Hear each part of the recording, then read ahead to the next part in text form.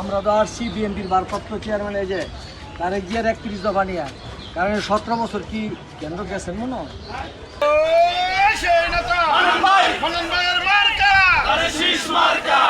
যদি বিএনপি ক্ষমতা আসে জনগণের ভোটে এই 31 দফার আদলে রাষ্ট্র একজন দিনমজুর অধিকারে দেশের স্বাস্থ্য সেবা পেতে পারে সেই ব্যবস্থা নিশ্চিত করবে ইনশাআল্লাহ।